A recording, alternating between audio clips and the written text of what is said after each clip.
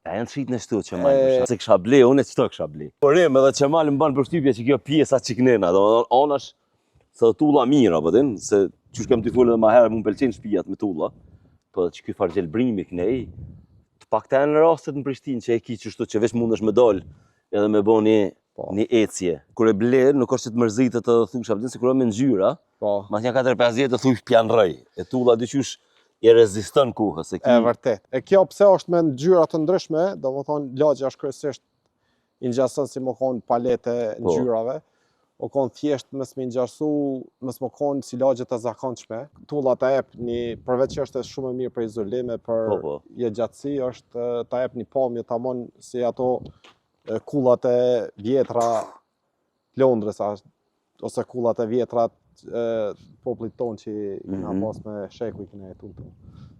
Po normal në atë konceptin ma modern. E janë të shqit në shtu Qemal, për shamull që tu. Shumica e shqitnë. Ti vete për gjelbrimin. Po nëse kësha ble, unë e qëto kësha ble. Dhe kësha dollë kësha jesë në përmal. Do më thonë, kjo është komplet zonë e gjelbër që lidh Botovcin. Do më thonë, është mes Botovcit, është mes Gërmis, edhe Zlatari, do më thonë. Paka shumë nëse e këshyrëm në Google Map që kjo është komplet ajo i pasër vjen faktikisht prej qësaj pjesës që kënajne. E so larg prej qendrës jena Qemal qëto?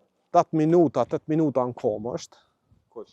Në kom është ku, dhe në qendër, prej qësaj lagje. Që aty rruga që lidh rrugën B, që asaj rrugën A, me njëherë kena qasjen, edhe që për më shpi pa kjere që për ecin. Që atje është mileniumi, shkolla? Mileniumi, shkollin mileniumi, do më thonë, edhe me njëherë kalojmë na të rruga B për 4 minuta me makinë.